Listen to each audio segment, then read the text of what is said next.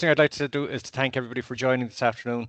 I think we had upward of 1,000+ people registered for the call for the webinar this afternoon, which is really great. It certainly shows a huge interest from people across the West and the Northwest in the structures that we're going to be talking about this afternoon.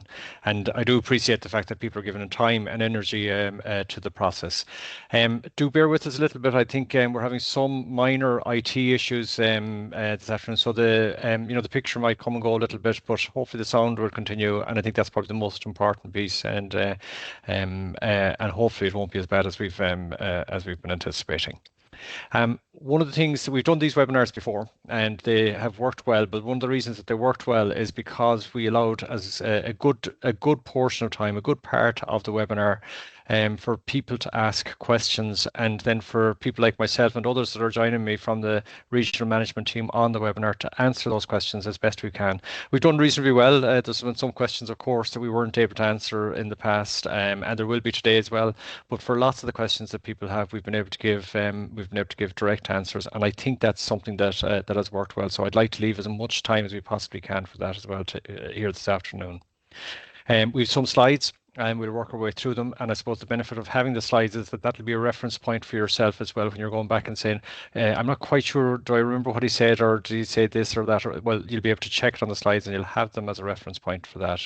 But we'll work through them fairly quickly. We won't stick to them slavishly as we go through them here this afternoon as well, just in the interest of keeping things moving.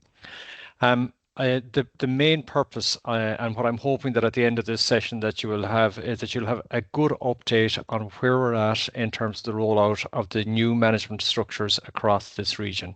Obviously, they're part of a change in management structure that's taking place across the HSE, across the whole country. But what I want you to have is to have a sense of where we're at now and the progress that we have made. So with that in mind, I'm going to get straight into it. There'll be a number of contributors and a number of speakers as we go along, and we'll just bring them in as we go and try and keep things moving fairly quickly.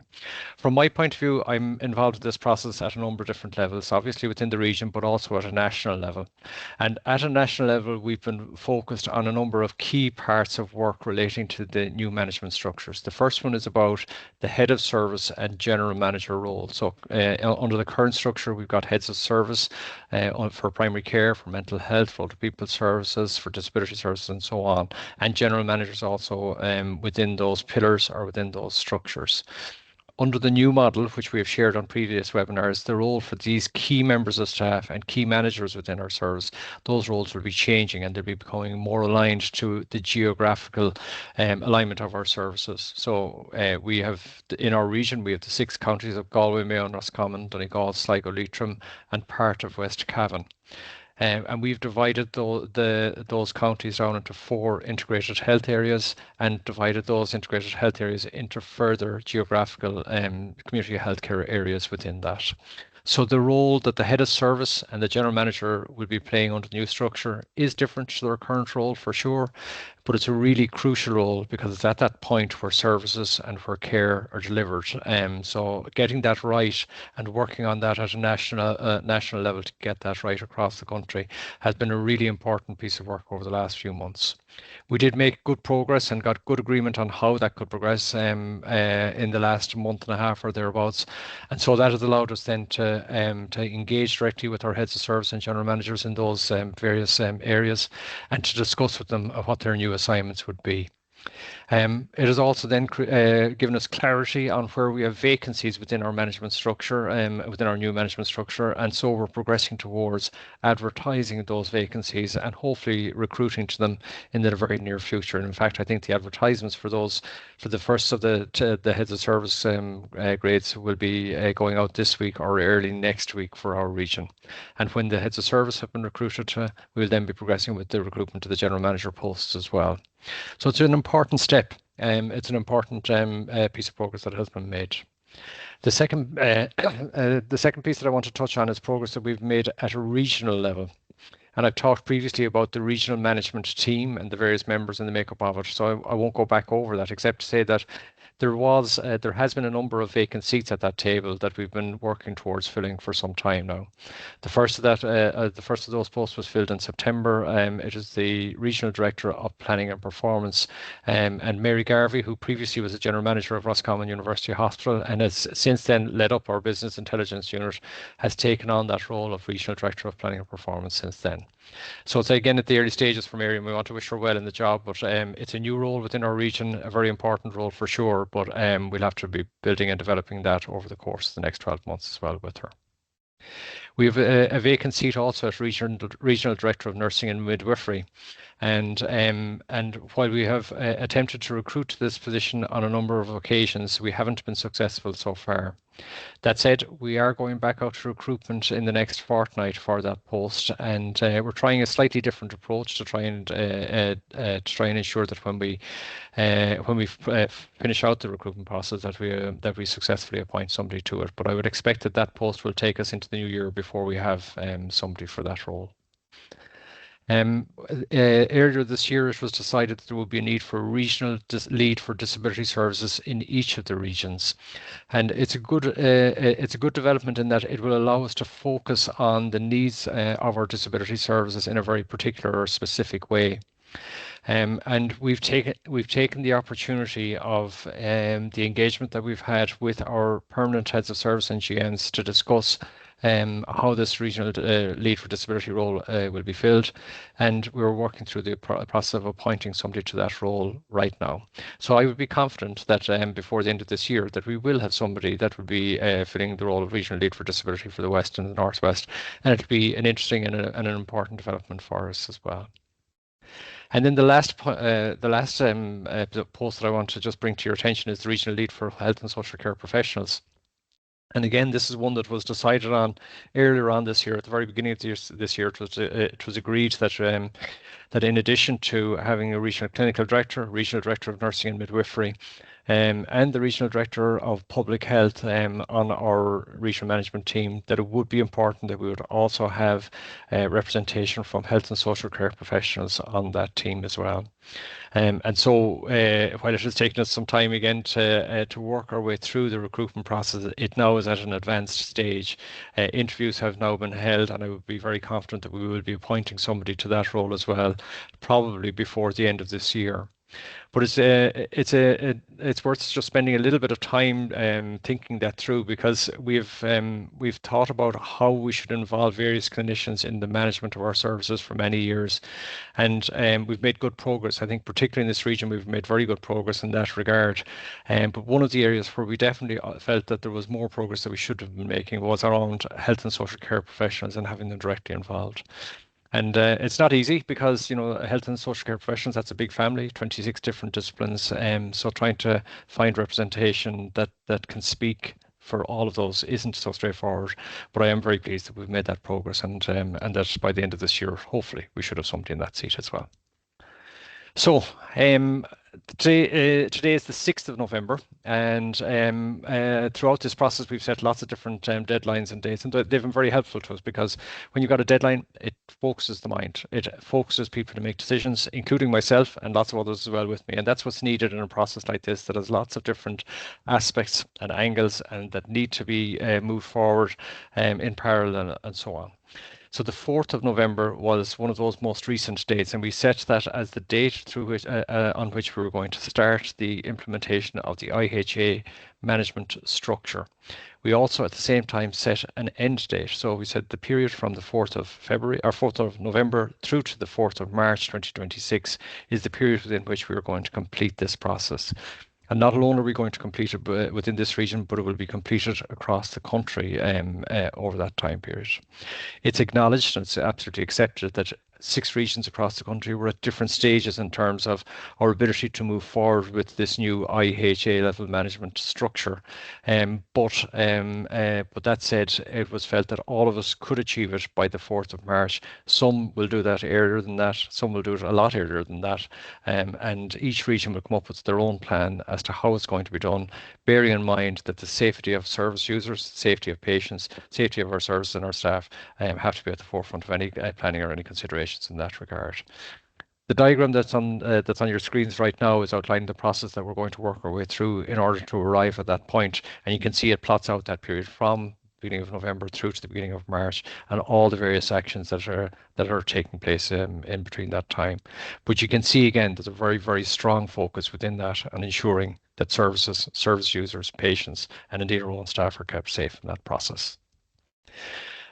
So we've made a good progress to date, and maybe this is a good time, Mary, to hand over to yourself, maybe to talk us through some of the progress that's been made. Mary Ward. Yeah, thank you, Tony. So we've had ongoing communication with our heads of service, general managers, and our hospital colleagues with one-to-one engagements and co-design pieces in relation to our due diligence and our change impact assessment. We all have established our local implementation groups, which we'll go into detail as we progress. And our IHA managers and our local implementation groups have a safety checklist that will provide us with assurance for full implementation as we move towards the target of March. We have an integrated terminology around our QSSI and QPS systems, and they're now known collectively as Quality Risk Safety Management Structure. We have our heads of service and general managers, while they maintain and retain their current responsibilities and their current governance structures, they have been assigned out to the IHAs, and that has allowed us to stand up our local implementation groups. You've already referred to the recruitment process, Tony, which we hope will commence shortly for the vacant head of service general manager posts. And we continue to work in work streams for our operating model. We do have a number of design principles that we'll be adhering to across an operating model for the IHA structures, but equally for our enabling functions. And we will have workshops in the process of being organised and confirmed to work through those operating models, and they're all in tandem with the due diligence and the change impact assessment process in readiness for safe transfer on the 4th of March. So if we move on to the next slide, the next set of slides everybody will be very familiar with, but we just thought it was important again because this is the fundamental operating model within each of the IHAs. So my IHA manager colleagues will be taking you through each one of their areas.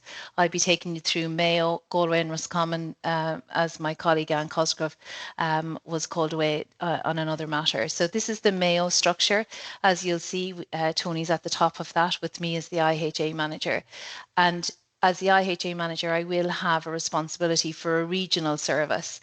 And I will, as my team will, as we move to operationalisation in March, the supports of HR, finance and quality risk safety management as part of our management team. Within Mayo, as people are aware at this stage, there are 3 community health areas, Mayo North, Mayo West and Mayo South. Each one of those will be headed by a general manager, and each general manager has been assigned to those portfolios, and they will have budget, operational and accountability responsibility for the majority of services that are delivered within a CHA, including residential services. For residential and for regulatory services, in some areas disability, older people and mental health, the head of service or the integrated service lead, as they'll be known from the 3rd of March or before that, should it happen, they will have overall delegated responsibility for regulated services, working with the general manager in that CHA. The head of service or the integrated service lead will also have a portfolio responsibility for specific regional services.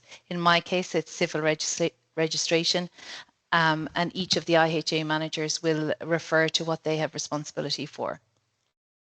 They will also be the nominated IHA member for the network of care and assist as subject matter expert on the rollout of the network of care.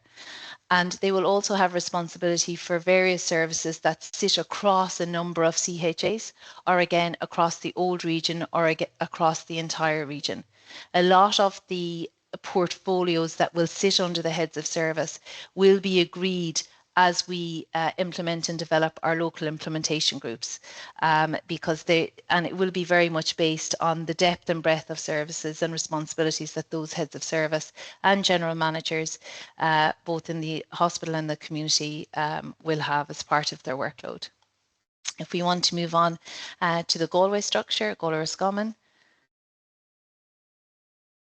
you'll note that across a number of IHAs, there are some agreed national variances to the structures, and that's down to, again, the depth and breadth of some of the areas, but equally because of the way we deliver services differently across the West, Northwest, in particular our disability services. So for my colleague Anne, she has a reassigned Assistant National Director working with her in her office, and they will have a specific focus on compliance audit, working with our QRSM colleagues. And Anne will equally have the business supports of HR, finance and quality risk management. Similar to the Mayo structure, there is a CHA general manager. Anne has 6 CHAs, so therefore she'll have 6 general managers. And she will have 4 heads of service, which is one of the agreed variances. 3 of the heads of service will have 2 CHAs each, and they will have the regulatory responsibility with the general managers in those assigned CHAs. The 4th head of service will have portfolio responsibility for specific regional services.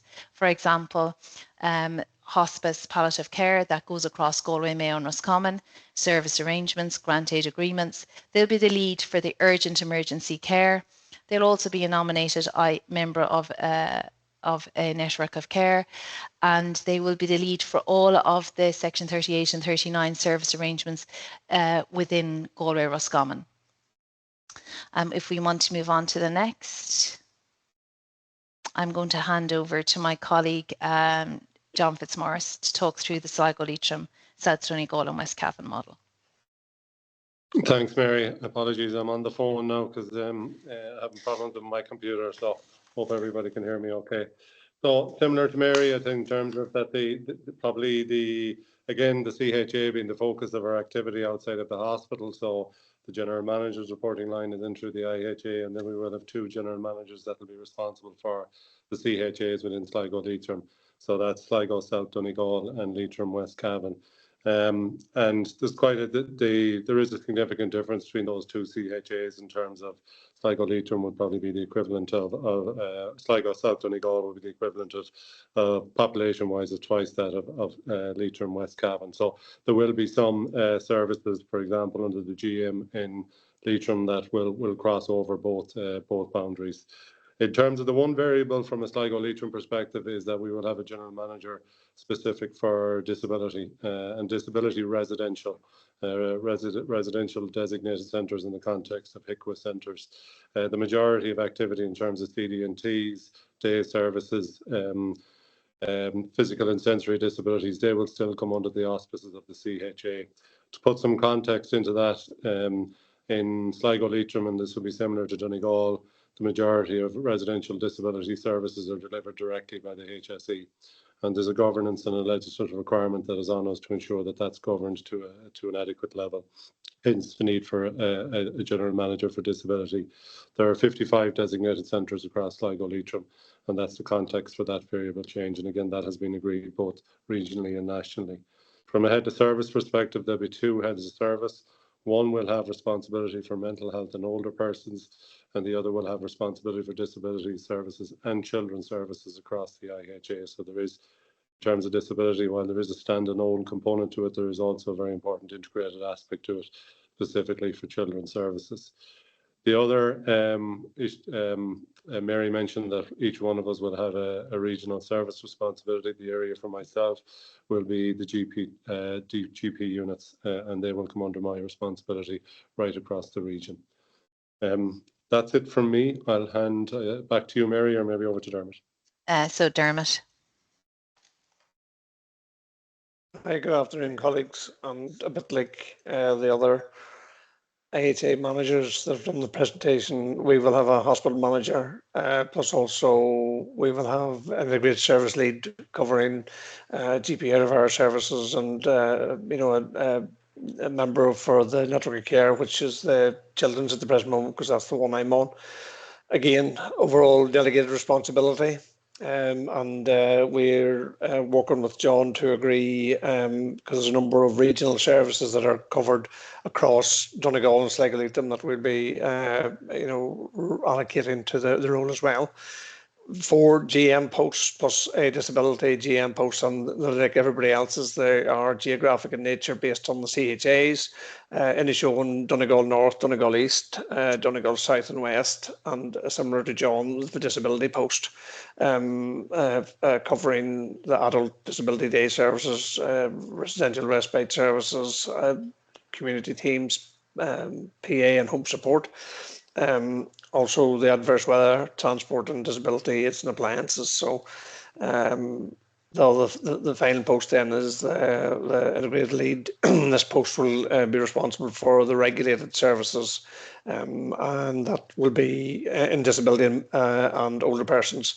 Sorry, I forgot to say that the other post that is head of service 1 will be regulated services for mental health services as well. So then also in this one, there will be a number of other roles, responsibilities that will be allocated out as well. But it's a comprehensive governance structure in place for Donegal. Thanks, Back Dermot. to you, Mary. Thank you, Dermot. And it's important to say that all of the general managers and the hospital managers and the heads of service will all be part and sit on the IHA management team. So we'll move on to the local implementation groups. I don't think Pat has joined us just yet, Tony, so we might just keep going if that's okay. Yeah, if you can keep going. Yeah, keep going, Mary. Yeah.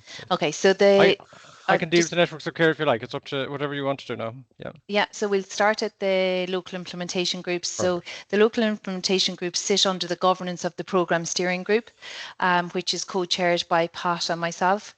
And they sit alongside the current work streams that we have in place for HR, finance, quality, risk, safety management.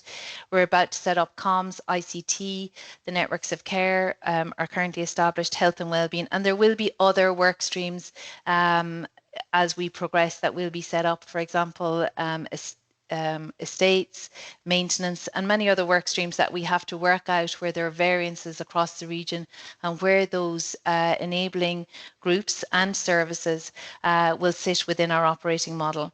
So the local implementation groups, there's one for Donegal, Sligo Leitrim, Galway, Roscommon and Mayo.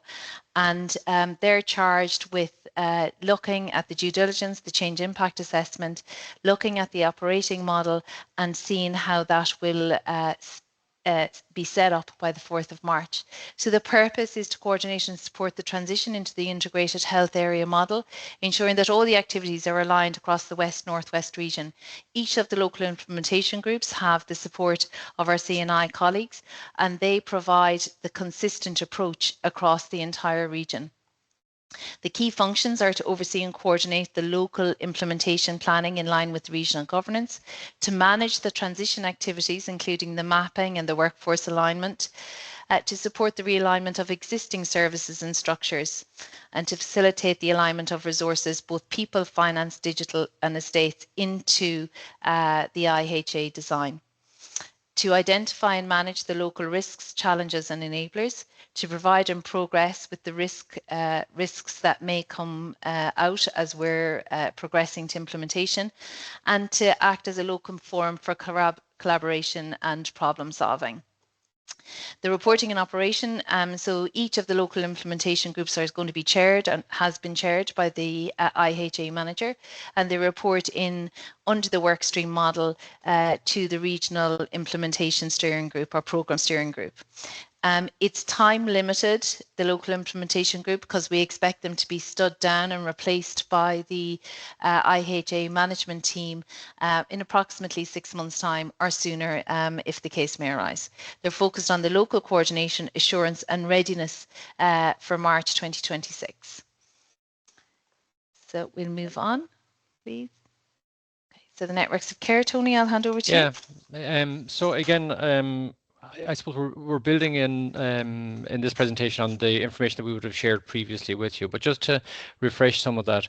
So networks of care are probably one of the areas in which this region is going to be slightly different to the rest of the country, at least in the early stages of the rollout of the regions. And the reason for that is largely because within the existing hospital group structure that was here up to last year, we had an established clinical director structure with MCANs in place across a number of disciplines. Our plan has been to build on that and to develop that further, extending the existing hospital-based MCANs into the community and developing them into networks of care, but also building on the structures that are already in place within community across a number of services and bringing them to the point of having networks of care as well. A really good example of where we're doing that on the community side is with mental health services, which has sat within community care structure, but will now be one of our networks of care as we go forward. It's progressed very well over the last 6 months to the point where we will be interviewing for a clinical director for our mental health network of care for the region this week. And in fact, we'll be holding those interviews tomorrow. So I'd be very confident again that there will be an outcome from that before the end of this year. And so we will have a number of networks of care then that will be established across the region and starting, I suppose, to find their way under the new structures. It's really important that we develop these networks of care in parallel with the IHA management structure. The two need to work together hand in glove when they're set up, and the best way to achieve that is by developing them together. So the work that's going on in the networks of care currently is really important from that point of view. I think the key, just to remind everybody, and the key areas where we expect the network of care to add real value is around integration, and even just thinking that through integration between hospital-based services and community-based services, but also integration between and within existing community-based services like primary care, older people services, disability services, mental health services, and so on. But the further aspect of integration that the networks of care will bring us is integration across the whole region. They'll serve as a way of knitting the region together, because the networks of care have responsibility for their services across the whole region, across all 4 of the IHAs, in the hospitals, outside of the hospitals, in the community settings, and so on. And so in that way, they're ideally placed to help us to knit the whole region together in a more unified way. The key focuses for the networks of care will be around strategy, rolling out the existing strategy, for example, for mental health that I've just referenced, or for our cancer services, or for our women's and infant services, and so on. But the second key area that they will focus on is on the quality of the care that we're providing, quality of the services that we're providing, and patient safety. So the next steps that we do have to reconfigure the existing networks that are in place within the hospital. I've talked about the progress that we're making in respect of the mental health network of care. Earlier on, I referred to the fact that we're appointing a regional director, a regional lead for disability services, and again, that would be a key appointment in the context of developing the disability network of care. We have decided within this region that we will progress with the children's network of care as well, and we have a number of people already in place within the hospital's structure that will support that. And in addition to that, we're going to develop and progress an older person's network of care, which is a natural progression for us with all the work that's been done over the last few years with the development of programs both across the hospitals and across community in delivering care to older people. We would like to explore, and I think it will have particular benefits, the idea or the concept of having a primary care network of care as well. One of the difficulties that all of the services across the country has to grapple with is how do you engage general practitioners and other staff working in general practice with the other HSE services. And we think that one good way of achieving that will be through a network of care. But it'll be a new departure for us, and it'll be a new step. So we're going to examine it as a concept, look at how it might work, talk to GPs and others working in general practice as well, of course, and then take our next steps from there. But for me, it certainly seems like something that is well worth exploring, and hopefully we'll be able to progress that as well.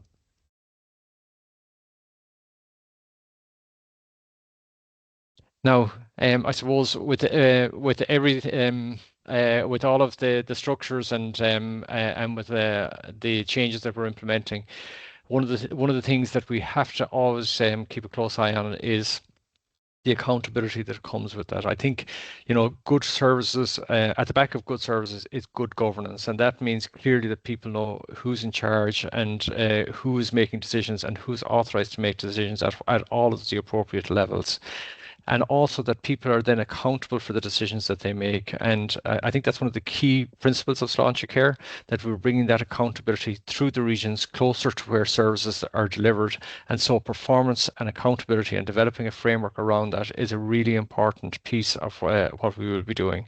It's important within the region that we have good, strong accountability framework in place, and that feeds into a national accountability framework that also is really, really important as we go forward.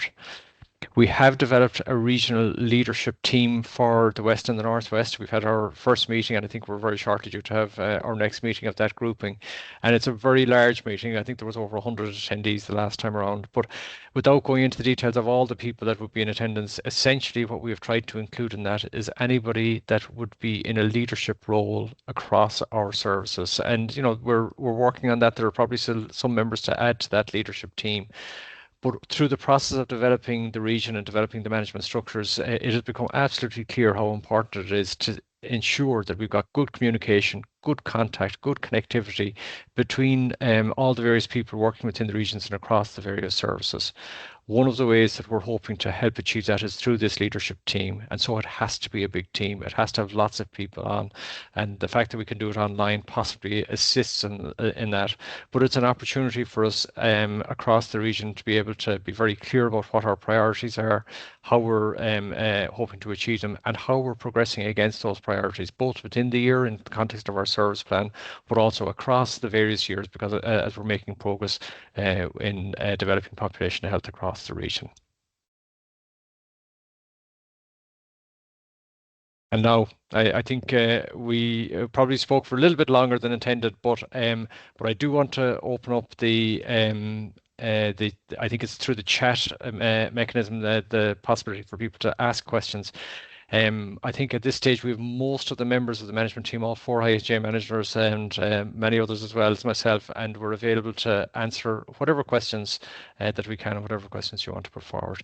I should say at this point that I'm going to give Pat Nash's apologies for the meeting. He will definitely join us if he can later on. He would have certainly liked to have been here to speak to the networks of care piece rather than me doing it, but I know that he's tied up with a patient that he couldn't get away from just at the moment, and so look at just offer his apologies in that context. So Caroline, are you going to curate these questions for us? That's perfect. I'll throw them out here fast as buzzer. Mary, I think this first one is probably for you. So are the local implementation groups in place, and who are sitting on these groups? Yeah, so the local implementation groups have been stood up. The one in Sligo, Galway, Roscommon and Mayo, those individual ones have met, and Dermot's is due to meet next week. Currently, the membership of that group is the assigned general managers and heads of service and the hospital managers sitting on that group with the support functions. As the so comms, I think, is the first support function to join us, and HR and finance. As we progress and as the due diligence is complete, then we will be looking at extending that membership out. But for the moment, that's the membership. Perfect. Can you clarify who the HSCP clinical managers will report to within the structure, and how this reporting relationship will assure the safe integration of frontline services? Yeah, so this has been worked out across each of the 4 IHAs through the local implementation groups. And the reason it's happening in that way is that currently some health and social care professional managers report into general managers.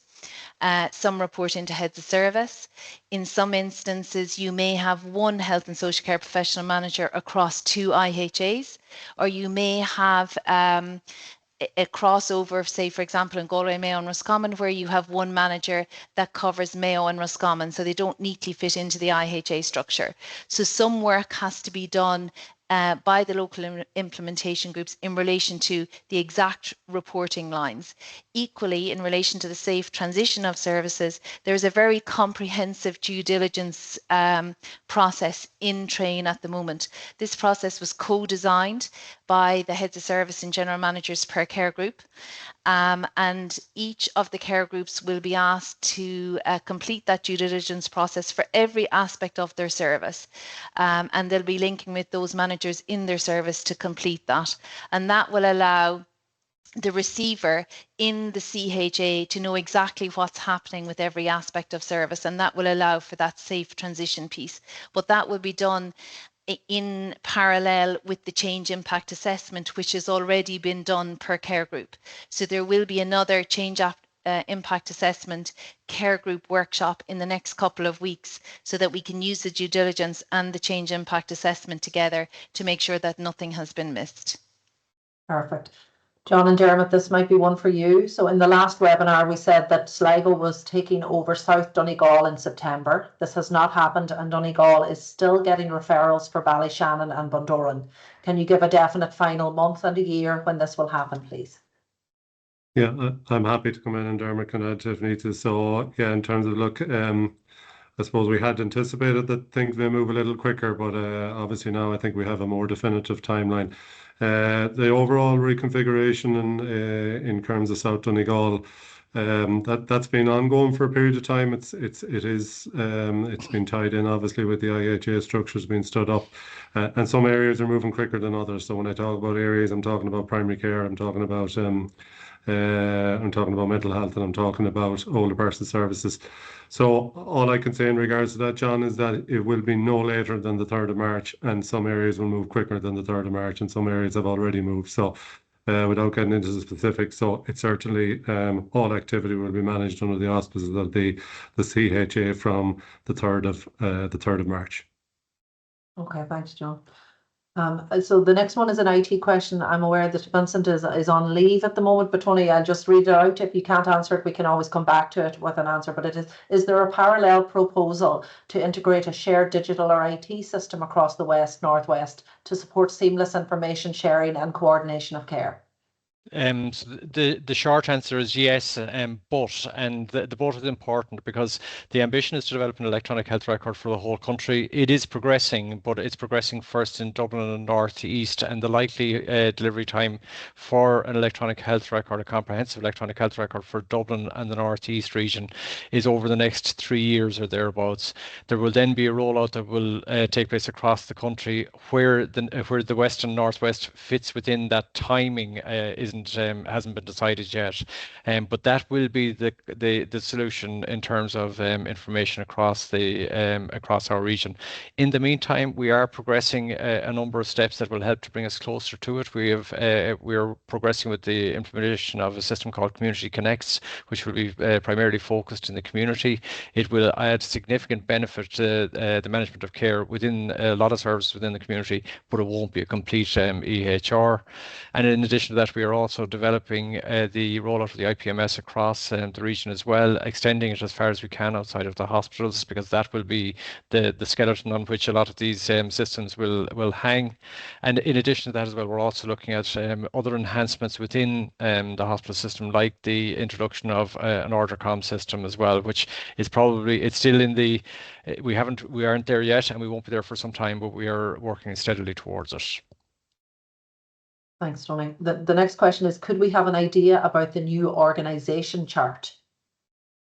Maybe that's something that we could circulate for people to be able to look at. Would that be helpful if, maybe certainly the slides that we're using, I presume they'll be circulated, Caroline, are available to everybody? Yeah, and this perfect. Yeah, we can send a chart with those also. That's fine. Can a timeline be given for when HCAs in the Ballyshannon Bundoran area move over from home support OPS Donegal to our colleagues in Sligo, Leitrim, South Donegal? I know that's a following on from the last one. Is there anything further you want to add to that? Yeah, no, I think, Caroline, that's consistent with the other answer in terms of, look, it's going to be not, as I said, no later than the 3rd of March. We're working to move that as quickly as possible, but certainly no later than the overall reconfiguration on the 3rd of March. Perfect. When will there be clarity on what services will report under the head of service and the GMs? So I suppose there's a certain amount of clarity on that as we speak, because the aim is that the majority, if not all services, will sit in a CHA, community health area, which reports into a general manager. The services that may not sit under a general manager are those services that span more than one CHA, or span an old region, such as Galway, Mayo and Roscommon, or span an entire region. So, for example, in some instances, your ICPOP service, or I see your integrated your ECC program may sit under a head of service, because that spans across a number of CHAs depending on the volume within that IHA. So that's the main principle. The majority of services will sit at a CHA level, with those that go outside of the CHA sitting under head of service. Perfect. What progress has been made with arrangements under the new structures to include Section 38 and 39 organisations? I can have a go, Caroline, if you like. So I think there's been progress on two fronts, but with a lot more work still to be done, for sure, a lot more work. So our plan is that we will have a forum for voluntary providers, and we have made some progress towards developing that. I think, John, you're working on that piece, so you might want to jump in. And the second area of progress is that we're clear on the principles that in establishing these new structures, that we don't want to create a bureaucratic problem or headache for any of these voluntary providers, and that could arise in circumstances where somebody's working across a couple of IHAs, or where an organisation is working across a couple of regions, as happens as well across the country. So we have some principles that have been agreed that will allow us to be able to manage those organisations manage with those organisations across those boundaries in a fairly efficient way. John, did you want to update on the network for voluntary providers? Yeah, so we have we're in the latter stages of agreeing a regional voluntary forum, which will be representative of all the kind of Section 38s and 39s across the region and across the different care groups. I'm conscious some of our largest funders in disability, but we have providers right across mental health, older persons, and indeed in primary care as well. So it'll be representative of all the care groups. That's been agreed with the Federation for Voluntary Bodies and all the respective voluntary organisations across the country. And the membership of that has been agreed. It'll be a core membership of 12 people, and then it will also be attended by the IHA nominee, and the RAO will attend a couple of times per year. So we would hope to have that. We'll aim to try and get that commenced for 4 years out, if at all possible, but certainly if not, it'll be very early in 2026. The process is underway now at the moment, is just to identify the membership from a voluntary organisation perspective. So that'll be an important development for the region once it's properly constituted. Thanks, Sean. The next one is just about a client who would straddle services across the networks of care. So can you speak to a network of care in the context of a child who has a disability, autism, and mental health diagnosis, and attends multiple primary care services? Yeah, so I think actually it's a really good question, and it's a really good example that every time you draw a boundary, no matter what way you draw it, you'll be either you'll be including people and excluding people, and then the discussion is how does that work in terms of how we deliver care, and so the question actually just shines a light clearly on that. First thing I would say is that the networks of care will operate largely at a strategic level, as I outlined earlier on, and also with focus on quality and patient safety and service user safety as well. The operational delivery of services will take place within the IHAs and will be managed within the IHAs. The direction of travel in terms of children with disabilities, or children possibly with mental health or other primary care needs, the direction of travel that we're working towards is the single point of access. And we have started that process and we've made good progress on that. And I don't know, Dermot, is that maybe something that you wanted to just touch on, or? You're on mute, Dermot. Yeah. Yeah, sorry. Yeah, so it is one of those complex challenges that we will have in terms of a child moving between them all. But the whole main part of it is that each of the networks of care focuses on the child and linking with each other to make sure that we're not setting up barriers between them. But this is a single point of access is a start to that. So whenever they come in, they actually enter in through one door. Each IHA will be considering that as part of their overall approach, but for Donegal it'll be CHA level.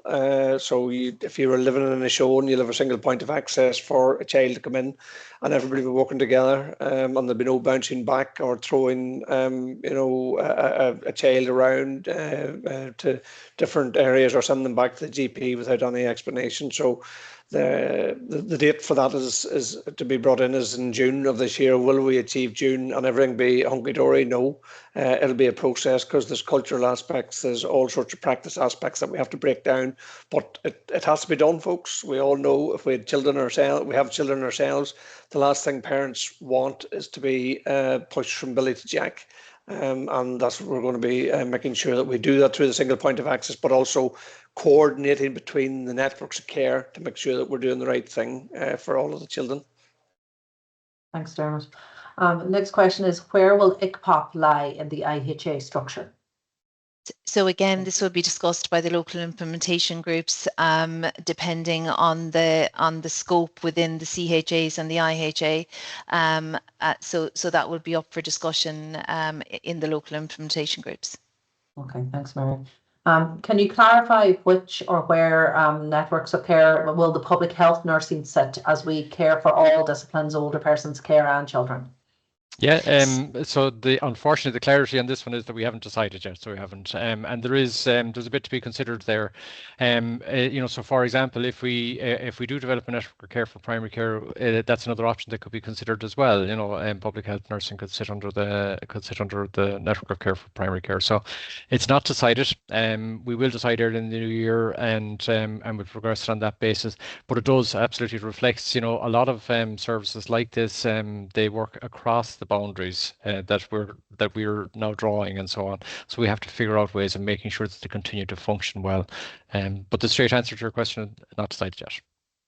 And I suppose, isn't it fair to say, Tony, that, where there are a number of networks of care, we want that cross-fertilization between disciplines. So it may be that one director of public health nursing is sitting on the mental health network of care to represent the children there, and another is sitting on older people or primary care. So we feel that it's important, similar to our GP colleagues, that they are sitting on a number of networks of care, so that cross-fertilization and the previous question in relation to where does the child sit if they have a disability, mental health, or they're in primary care, that there's a line of sight in relation to the child or in relation to the older person or the adult across the various spectrum of where their care is delivered.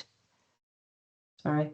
So currently each service holds a SIMPT under the chairmanship of the head of service to manage the more serious incidents that occur within each service. Where will such incidents which occur in each CHA now be reviewed? Yeah, I can start, Mary, and I might then defer to yourself. So again, it's important to bear in mind that what we're trying to do now is to bring together the processes for managing and reviewing incidents that occur both in the community setting and in the hospital setting, bringing them together and having as much as is possible and as much as is of benefit to patients and service users, a common approach across both. So that means that there's going to have to be some shifting and changing in order to achieve that. The truth is that as things have developed and emerged, is that there are slight differences in how hospitals manage incidents and how community services manage incidents, and it's not that one is right and one is wrong, it's just that they're different. So we do have to look at that closely. One of the differences is about the SIMPT. So the SIMPT is constructed differently in the community currently than it is in the hospital. Now, Mary, this is where I'm going to ask you to come in on the hard bit now. Thanks, Tony. So the quality risk safety management structure is looking at how SIMPTs are managed, and I suppose they're trying to ascertain the as-is of what a SIMPT is, and as Tony said, what it looks like in the community and what it looks like in the hospital, because they are managed differently.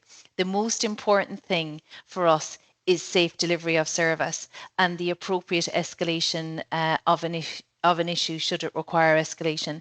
The networks of care will have an important role here around the standardisation and around the delivery of quality service. So we won't be standing anything down until we have something very, very clear and robust to stand up. And that is being explored with the QSSI and the QPS and all those various aspects under the QRSM model. And it's a piece that's currently being worked on. Thanks, Mary. How will community antimicrobial stewardship and IPC sit in the new structure? This person understood that it was under QRSM, but it wasn't included in the network of care slide presented. I think it is under QRSM. I think that's the plan, Mary, isn't it? Yeah. Yes. Yep. Yeah, Is, that would be the plan. Yeah. Yep. And Right. again, the QRSM model is currently being scoped out. So there are a number of smaller things that would have set under QRSM, like safeguarding, protected disclosures, antimicrobial stewardship, that you know they're working through within the operational model as to where they sit within QRSM. Great. How will integrated services leads and GM offices be resourced with business managers and administration staff? So, sorry, Tony. You go, Mary. Yeah, keep going. Yeah. Keep going. Okay, because I might defer to Maria actually, you know, so what we are doing is we absolutely recognize that there's the people element in all of this, because we've been focusing totally on the service element to date. So what we've agreed is that each of the leagues will nominate a representation to work with Maria, and there's an agreed terms of reference in relation to scoping out what that what that core business office function will look like for a general manager and a head of service, with a number of considerations being taken, the volume and depth and breadth of services that are delivered in your CHA or your head of service, because there are differences, and that's going to be led by Maria. Maria, is there anything that you want to add to that? No, exactly, Mary. So, like, we've been getting a lot of queries from staff who are working in various clerical management administrative roles across the region, and just asking about when they will have some insights into the roles that they may be carrying out under the new arrangements. So, as Mary has outlined, we're starting looking at what is required in a head of service office and what's required in a general manager office, for example. And through the working group, we'll agree a number of principles that we will all consistently adhere to then across the region. So once those initial discussions have happened, then we'll be starting to look at what the resource is across the region and engaging appropriately then with any staff who are impacted. And it's important also to say that as part of the due diligence per care group, the administrative function within that care group is being considered, because they have to identify, you may have a grade 8 currently working across Galway, Mayo and Roscommon.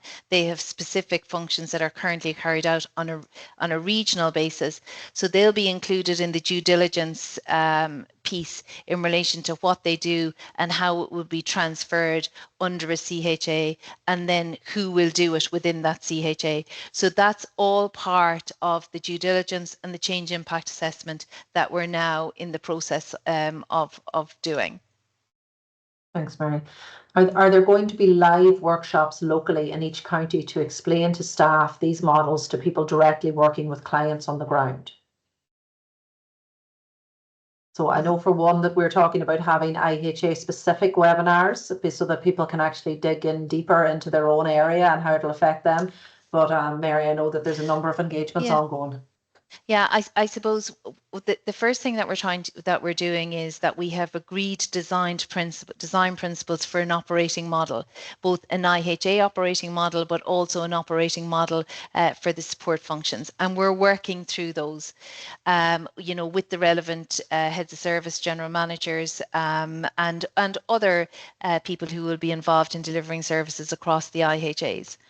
Once that's bedded down and once we have an agreed IHA operation model, then the local implementation groups will be reaching out to all of the service and service managers to look and see how they will fit in. Or it's more, I don't think a huge amount will change for the staff delivering the service on the ground, only hopefully that they will feel more integrated and part of an integrated team, that, you know, your primary care, your children's disability network, your mental health team will all be part of one team under one general manager, so that integration should happen at the lowest level. So it will be more the reporting structures and the organisation of that. And I think somebody mentioned, you know, the lower level org charts and what they look like. Once the operating model is defined and there's that's done, it will be in a position then to go out within our IHAs to share that and do further work on that with all staff.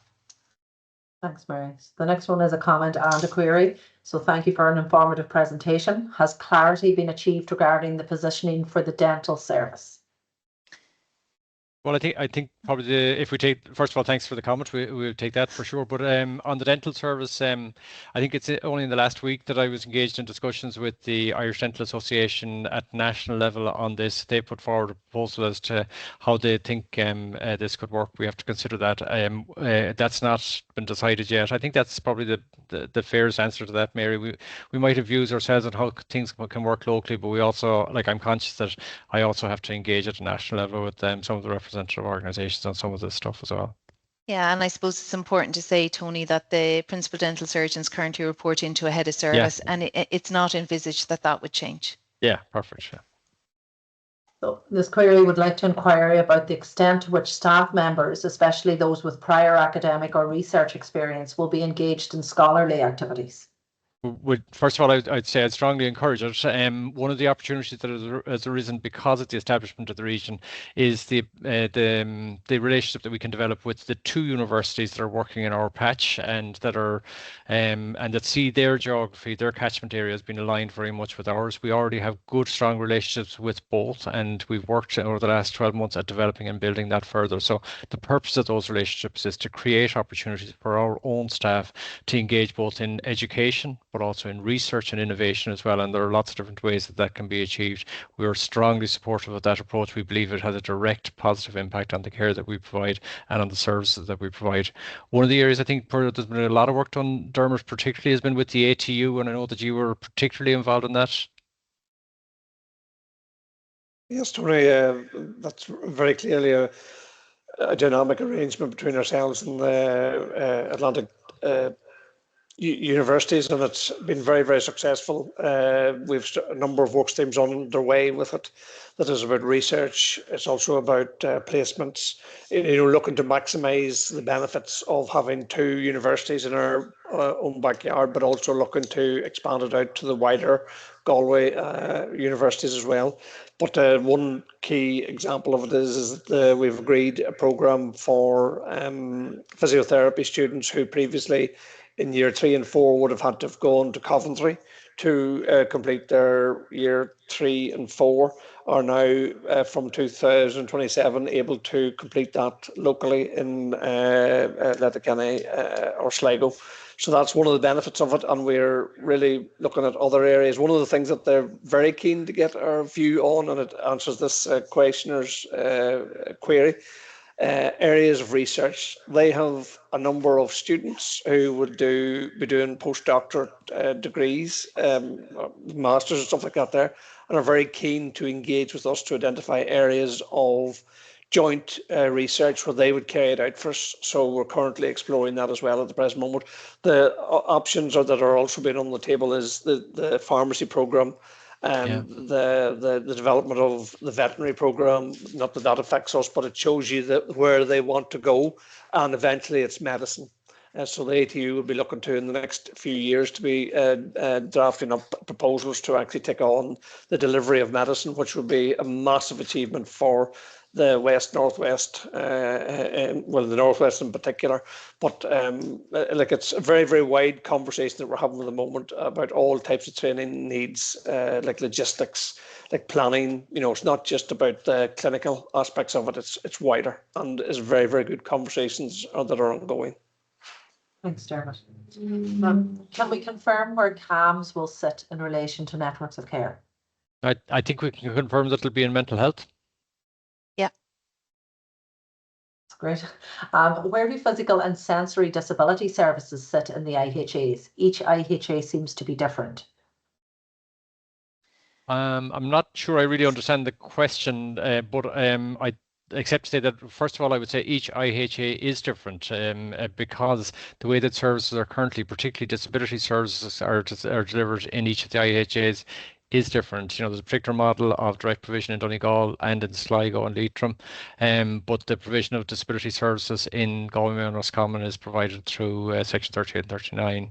organisations. So if there's a difference between the IHAs, I suspect it's probably explained largely by that difference in the way that we provide them currently.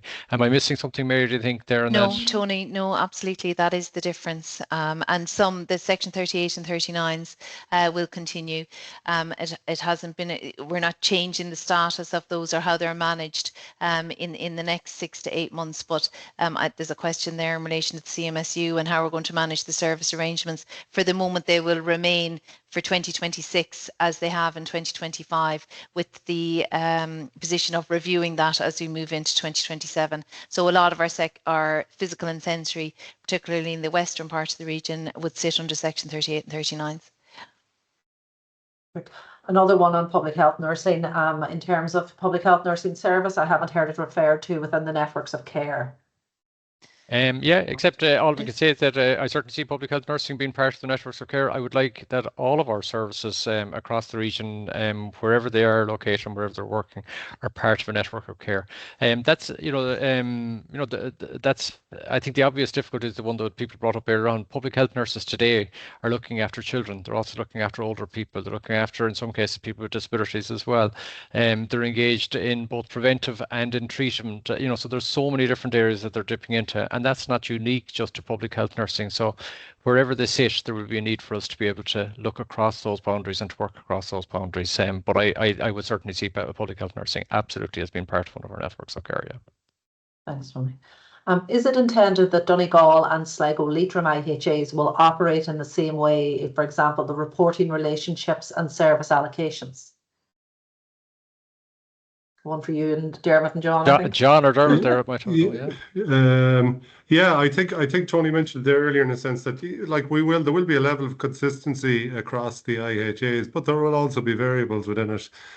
So ideally, yes, we want to operate and align the way we do our work as much as possible. There will obviously be variables here and there. And I think Dermot mentioned earlier there are a number of regional services that we will have an integrated governance, or services that would have been in the former CHO1, I should say, that we'll need to manage collectively, and we're working that through at the moment, because they're small enough in the sense that that they need to be managed on a kind of cross IHA basis as opposed to a singular IHA basis. But by and large, the process will be similar, but there will be some variables in regards to it for sure. Thanks. Dermot, do you want to add anything to that, or? No, that's perfect. You're good. Excellent. Can I ask, so this is mental health, will mental health inpatient service and community services have separate heads of service, and how will this be achieved given the essential connection between these two areas of mental health, and who will be the registered proprietor for the approved centres? So there's quite a lot in this, and I can tell by your smile, Mary, that you're hoping that I'll get started. But I will get started. So probably the most reasonable answer to the question that is that there will be a separation in most cases, not in all cases, but there will be a separation. And the reason that arises, if you go back to the examples and the models that Mary and Dermot and John walked through, is that we're describing a particular role for the community healthcare area and a general manager in charge of all services within that area. So we would see the community services, the community mental health teams, for example, operating within that CHA and under that manager. The regulated services such as the inpatient mental health units, and we have a small number of them across the region, but those regulated services will come under the authority of the head of service, and they will have a particular responsibility in respect of those, and so there will be a separation in that way. But what does that mean? Will we be saying it's okay for the head of service and general manager not to be working closely together and not to be making sure that that their patient needs are being met through the transfer between hospital and community, inpatient and community settings and so on? Absolutely not. The expectation of all heads of service, all general managers, is that they are working side by side, day by day. They are both parts of the IHA management team. The expectation is that they work hard to make sure that patients cross that boundary as seamlessly and as effectively as possible. The reason that we're doing that, though, is that while that creates a possible separation that will have to be managed, it creates the opportunity for further integration between the mental health service in the CHA, the primary care service, the older people services, and the disability services. And currently, we don't have that integration, and I think that's a loss to our patients and to our service users. So, that's why we're doing it. There is a rationale. It's not just a change for the sake of it. It's in the hope that it creates greater opportunities for integration at other levels, while we're managing the need to ensure that transition between inpatient and community is as seamless as it can be. Yeah, and I suppose it's fair to say, Tony, that we're very aware that not all of the adult mental health teams are aligned to the CHAs. Yes. And that is a piece of work that has to be undertaken, within the IHAs and indeed across the region in some aspects. But that's not unique to mental health. There are other services that don't fit neatly or aren't aligned neatly to the CHAs, home support in some areas and other services. And we will have to work towards seeing what we can do to align them safely, in a transition piece. And that may go on beyond March, but the work needs to start on that, as soon as possible, as soon as our leagues are set up and we have oversight over it. So it's just important to note that we're aware of that. Yeah. It's a very good question, Paul, to be honest with you, and it's one that has occupied a lot of my time and energy over the last 6 months trying to work that through, because it's one that we need to make sure that we get right, that we're able to manage that transition piece between inpatient and community, while also creating the opportunities for integration between primary care, mental health, older people services. It's an important one for us to get right. Thanks. So from Pauline, thank you for the presentation. I would like to ask who is representing administration staff throughout the progression of all the restructuring. Maria is going to answer that, I think.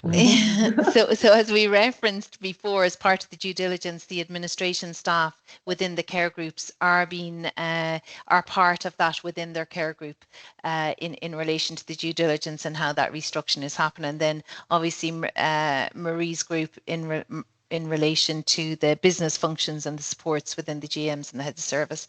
I don't know, Maria, is there anything else you want to say?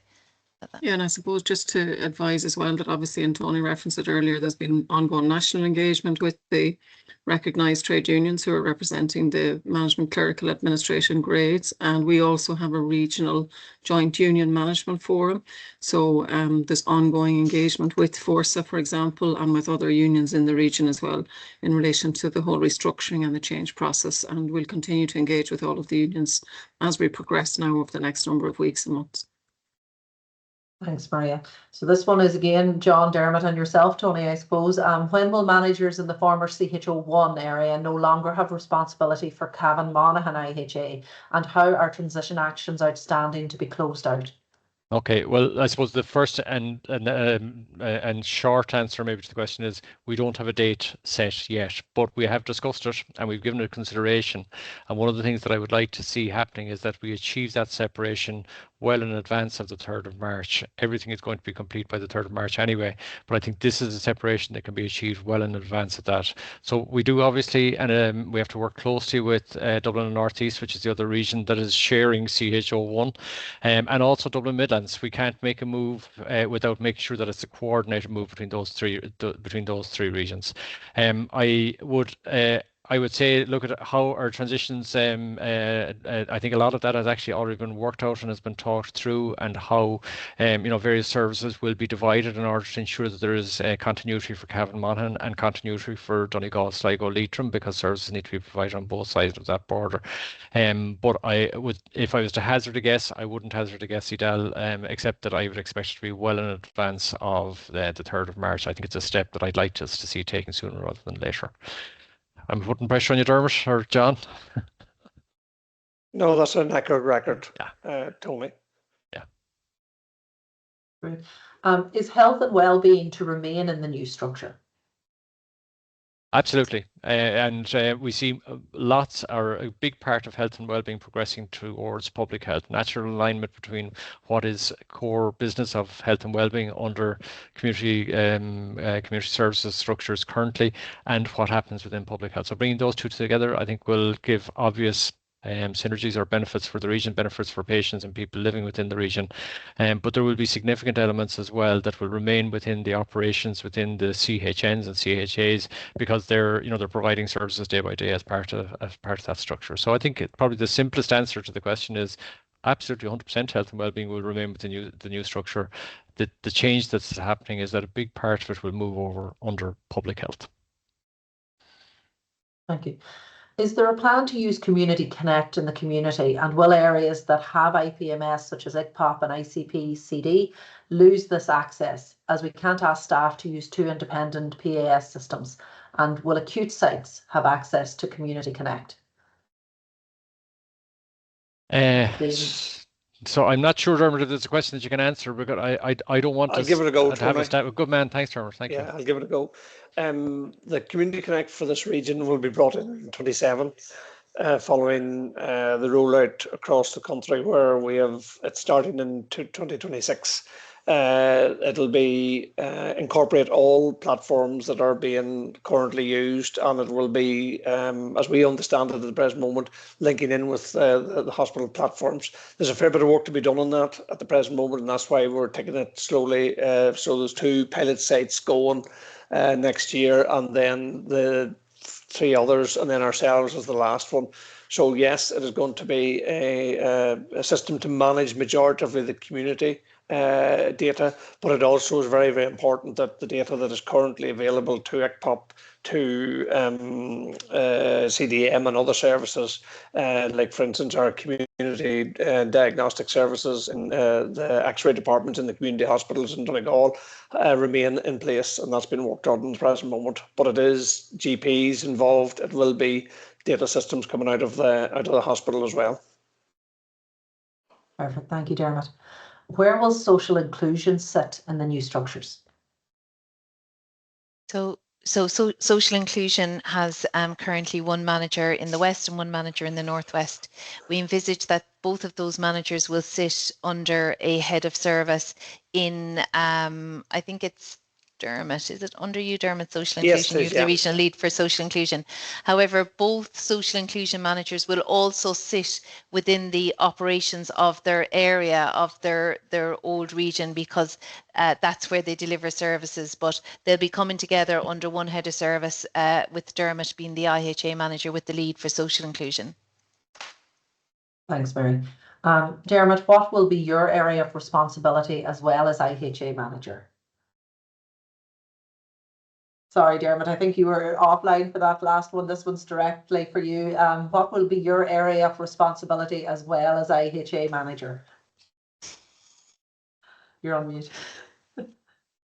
Well, everything that goes by a crossroads, apparently, at the present moment, I'm doing a Trojan job trying to keep stuff away from me. But at the present moment, single point of access, the Children's Network. We've also got Community Connect, social inclusion regionally. But I'm also the national rep on the national committee for safer staffing for community nursing, which has just commenced today. So that's just a brief scenario of about 40 projects that I'm doing. Perfect, Dermot, thank you. Is it possible to circulate further details on the networks of voluntary providers? Sure.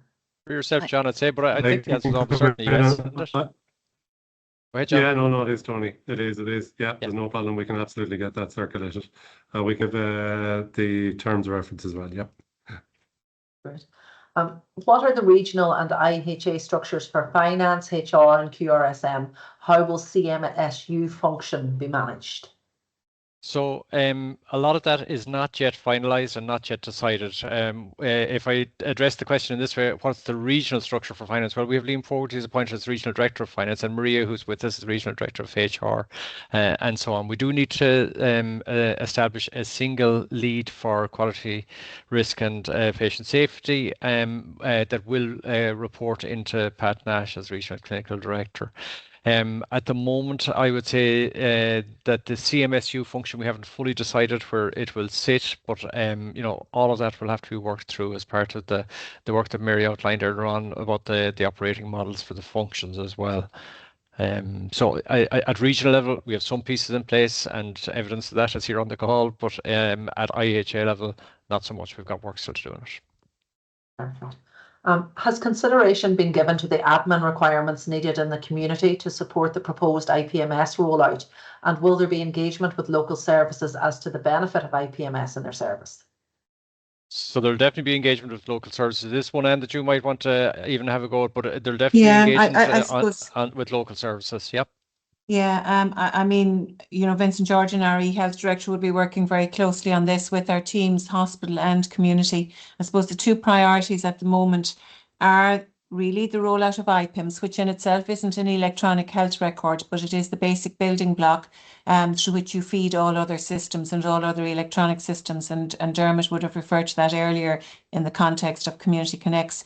And the second system is Evolve, which is a paper-light system, which at the moment in our chronic disease programme and some of our ICPOP services in the southern part of the region, and maybe now in Donegal with the Evolve being rolled out on the hospital side, gives an access to a greater level of detail, whether that's lab results or radiology, as well as your basic patient records after an outpatient appointment or an inpatient admission.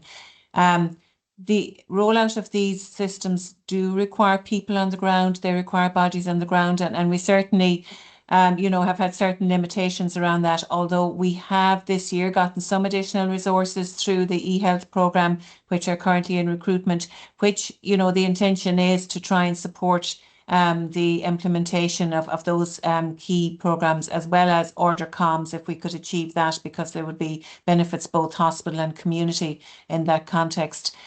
So to answer the question, IPIMS is a basic building block. And for us in our region, it allows us to have a single unique identifier for all of our patients or service users, hospital or community. And it's really important that we maintain that and keep that as the basic building block to feed all of our other systems. It isn't that interactive system that Community Connects will provide into the future in terms of your community services, etc. But it is also a key requirement within the region. I don't know if that answers the question asked. And it's an ongoing process in terms of trying to ensure that we have the necessary staff and teams on the ground to roll out the implementation. Thank you, Anne. So comment on a question here. Thank you for a very informative presentation. There are a notable number of proposed heads of service and general manager appointments within the RHA structure. Could you clarify why equivalent senior leadership positions in nursing and midwifery are not proportionally represented within the new structure? Yeah, I'll have a go at that. So probably the best thing for me to be clear about is that you're absolutely right, Julianne. We have outlined a number of positions for heads of service and general manager across the new structure. And one of the basic principles that we're working off is that there is no growth in the number of management grades associated with the new structure. So really what we're working through is a process of reassigning existing people to new roles under the new structure. Some of those people are being reassigned from within the region, and indeed some other posts are being reassigned from the central HSE as part of an overall policy or a drive to try and reduce the size of the central HSE. So I understand, I get where the question comes from for sure, and certainly in terms of the model that we showed today, I can understand it. I can understand the questions being asked, but just to reassure everybody that these are posts that are already within the system and people that are being reassigned through various processes under the new structure. I do think there's more work for us to do on the nursing and midwifery piece for sure. I've mentioned earlier on the fact that we've had a gap at the regional management team level for too long on the nursing side. There's a position of regional director of nursing and midwifery that we haven't filled for most of this year. We are very grateful to Siobhan Kenny, who's the chief director of nursing and midwifery for the hospitals within the region, but she has agreed to sit on the regional management team and to support us in the work that we're doing and making sure that nursing is part of that and contributing to that as well.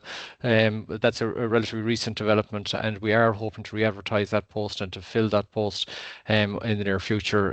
But yeah, look at I still take the point, Juliana. There's a lot more that we need to be doing on the nursing front in hospitals, in mental health services, in community, in order to be able to achieve the benefits for our patients. So yeah, good question. Where will psychology services, community care and mental health and disability, etc. sit within the new structures? So psychology services will continue to be delivered as they're delivered within CD&Ts, within primary care teams, within mental health teams. We have to look at the principal psychology managers because they cross different areas and they're not aligned to the IHA areas. So again, the 4 IHA managers and their leagues will look and see where those psychology managers will sit, who they'll sit under, and we'll be doing that in consultation then with the heads of service as we move forward. Thanks, Mary. And where does the occupational health department sit within the restructure? Do you want me to take that, Tony? Yeah, so thanks, Mary, for the question. So you may be aware, Mary, there's been an occupational health task force that has been meeting over the last probably 9 or 10 months.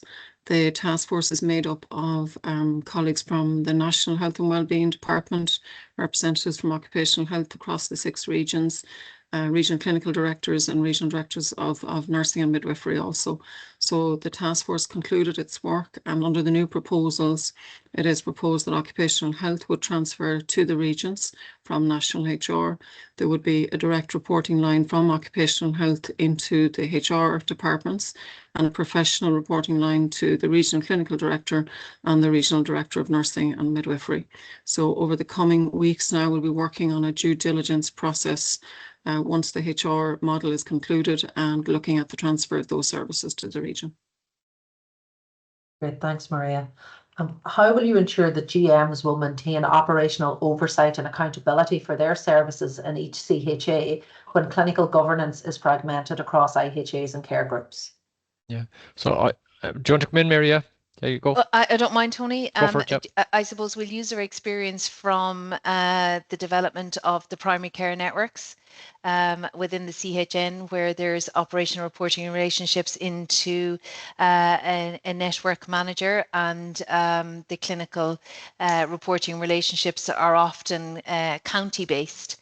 So we'll use the learning from that to influence how we move forward. But it's very much down to relationships.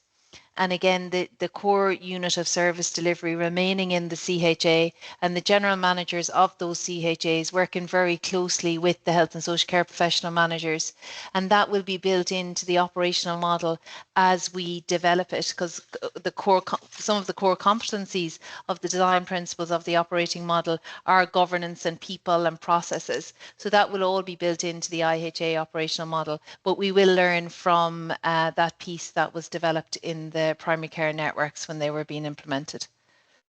Thanks, Mary. So this is a comment mostly. There seems to be a huge increase in the number of senior managers being appointed. Hopefully there will be clear guidelines as to where HSCP managers who cover across networks report to, so as to ensure seamless service. It will be critical that we all know exactly who we report to.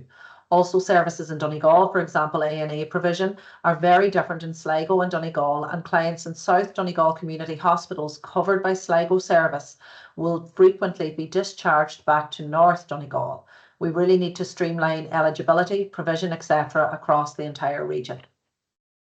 So maybe just dealing quickly with the first piece first. I understand again why the comment is made about the increase in senior managers, but just to say that the principle that we are worked to and that we are being held to by the Department of Health, that we cannot increase either the number of senior managers or the grades at which they're paid. So so we can't have grade creep or number creep in the process. So this is about reassigning, realigning existing managers in the system to the new structure. Some of those, most of them, the vast majority of them are coming from within the region or doing jobs currently within the region, and a small number of the positions are being created from a reduction in the numbers of posts at the centre and are being deployed out to ourselves. So there's no net increase. That's the first thing. And then the second thing, I think the suggestions that are made about needing to align our services is a really, really important suggestion. You know, we design our structures, we draw boundaries and all that, but patients are entitled to avail of services in whichever hospital, for example, they wish to, or whichever one is convenient to them. They will cross the boundaries that we draw on maps and all the rest of it for all sorts of good reasons for themselves, and we have to adapt to that. It's not for us to try and impose a structure, but to try and make sure that our structure supports how patients receive care. So I think the suggestions that are made are good. We just need to be very careful that we're that we're alert to those types of possibilities, and they need to be able to do it seamlessly. And one final point: if we end up at the end of this with HSCPs or anybody else working within the service being unclear about their line of governance or their line of reporting, well, then we're going to have a problem. This is about getting good, strong governance, and to have that, you need to know who you're reporting to, who's in charge, and where you're taking your lead from. So that's our commitment, to make sure that we give that clarity to everybody. Thanks, Tony. Maria, this might be one for yourself and for Tony as well, but are there going to be any changes to THAs and the 3-month extension of contracts? Yes, there are. We are hoping to move away in the new year from the current arrangement in some of our services where we have rolling 3-month extensions. We are reviewing all of the THAs at the moment across the region and working with the IHA managers, and it is our goal to try to minimise the level of THAs going forward, and that posts, as far as possible, are filled on a permanent basis within the parameters that are available to us. Thanks, Maria. Is it the intention to move the regional service arrangements with our Section 38 and 39s for 2026? And what consideration or engagement has there been, as it represents significant structural changes to governance requirements? 2026 contracts will be available in the next 2 weeks. Yeah, so I'm going to have a go at this one, Donna, but I am going to say to you, first of all, I don't have the full answer to your question. What I would say is that, first of all, some Section 39s operate only within a single IHA, and some operate within 2 IHAs and so on across our region. So, we have to adapt our approach to reflect that. And I would say if a Section 39 is within one IHA, I would see the SLA being managed within that IHA. Where we have Section 38 providers within our region, and they do operate across some of our boundaries, not significantly, or not maybe as significantly as you would imagine, but again, we have to make sure that that's managed across those boundaries with them. Given the timeframes that we're working to, Donna, and you're quite right, that a lot of this is going to come on us very, very quickly now. I'm not sure that we'll be able to make significant changes in how we did things in 2025 and still be able to comply with the kind of the asks that we'll have in 2026. So I would say let's just take it one step at a time. We will get there. Thanks, Tony. How is it intended that CDNT family reps and family representative groups for CDNTs, which remain CHO based, will be reconfigured to a regional level? Also, what are the plans to have the family representative group included in the PSUE structures? I'm not sure if anybody's putting up their hand on this one. So one of the recent appointments to the region was a chap called Jacopo Villani, and his job is to try and support the engagement that takes place between our services and patients and service users and families. And to be fair to him, he's very recently in his role, and so he's coming to get into grips with it. Working with the family representatives for CDNTs and so on, that will be part of his work as well, to try and figure out how best we're going to achieve that. But I do think it's fair to think about this as we progress into the future, Edel, that all of these arrangements will be aligned according to the IHA and the CHA and the region, as opposed to how they're currently aligned, which is on the, as you say, on the CHO basis. So it may take a little time to get there, but all of them will progress towards that alignment. Thanks, Tony. This is a comment back to Dermot, your point earlier about the ATU. Just Suzanne is saying that they also have physiologists, masters and degree students coming out of the ATU in Sligo. So the next question is about will those working in primary care services be managed by the current CHN management structure until the collaboration talks are discussed with the GP and stakeholders in primary care? Currently, there are little to no HSCP specialist clinical posts in place in community services and in Sligo and Leitrim, and therefore there will be a gap in services. Will this be addressed in relation to the IHA structure design as part of the management and reporting structure as part of this process? So I suppose maybe the first part of it, there's no intention of changing the reporting lines within the community healthcare network structures, similar to the CDNTs. They have a structure, they work well as part of a team, and they have operational managers. So they will sit within the unit of the CHA. So there's no intention to change that. I don't know, maybe John or Dermot would like to take the one in relation to the Sligo Leitrim specialist post.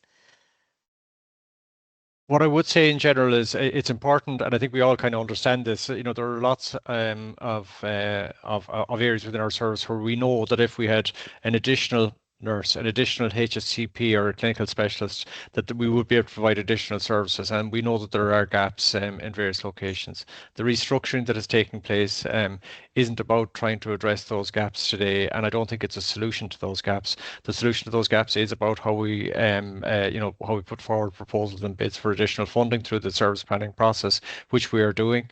And to some extent, it might be about how we're looking at our existing people and our existing resources and how they're deployed and how they're working to try and achieve better coverage.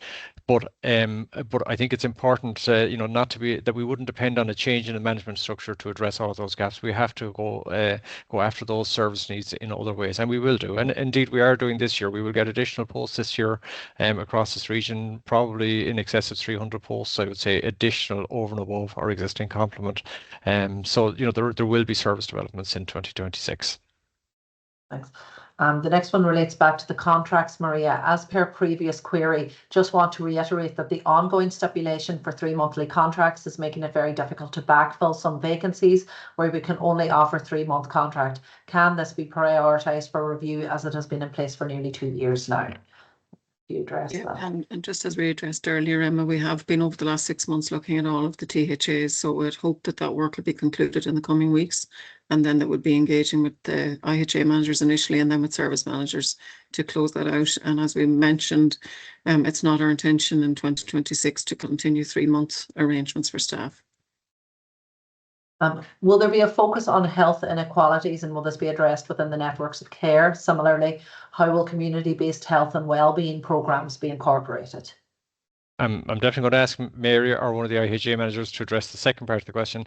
For me, the focus on health inequalities for the regional management team, not entirely, but it in large part comes from the regional director of public health. It's a real part of how she's trying to reorientate our approach to the delivery of services across the region. But having said that, I think those of us that have worked and delivered services within the West and the Northwest for any number of years will understand that there are particular issues arising from the deprivation that is persistent along the western seaboard, and also the rurality or the rural nature of the population that we're serving as well. So for me, public health will have a really important role. It's great that we have the regional director of public health on our management team and is a voice at the table that is trying to advocate for that and to drive, to making sure that we're pointed in the right direction on that front. Anybody want to pick up on the health and wellbeing programs? Yeah. I suppose in the health and wellbeing programs, they're currently embedded in the service delivery, and the HPNI officers work very, very closely with all members of teams across the service delivery system.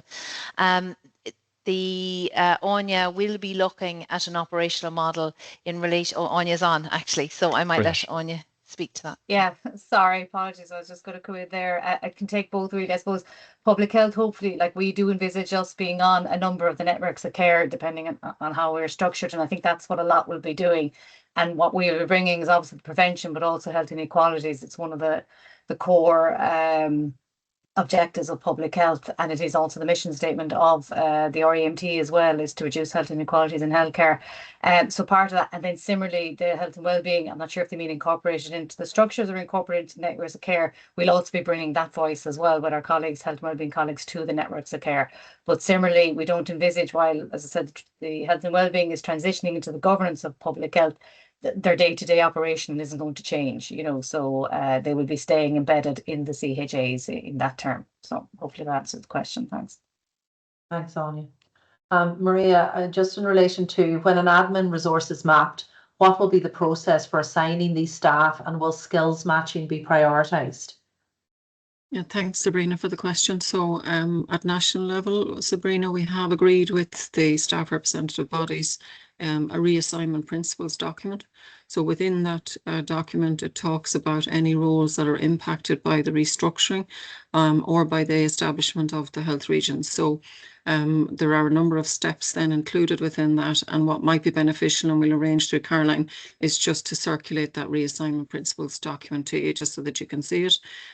Skills matching isn't the only criteria contained within that, but there is some useful information into it in terms of any staff that might be impacted by the change and how we will then engage with staff who are impacted. Thanks, Maria.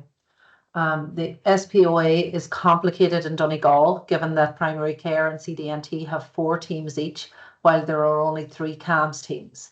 I believe there are similar alignment issues elsewhere. Is there a plan to process to reconcile team numbers to improve service alignment?